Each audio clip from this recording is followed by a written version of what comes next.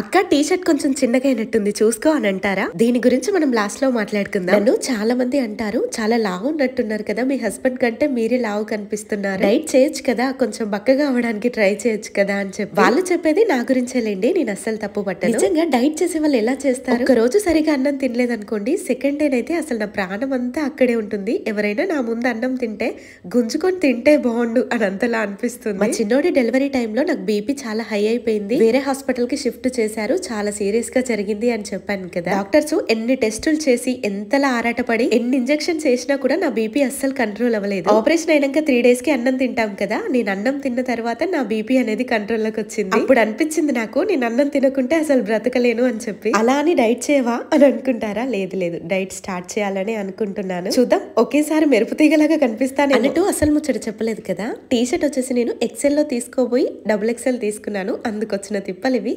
కానీ క్వాలిటీ బాగుంది, ట్యాగ్ చేస్తున్నా, చెక్ చేయండి.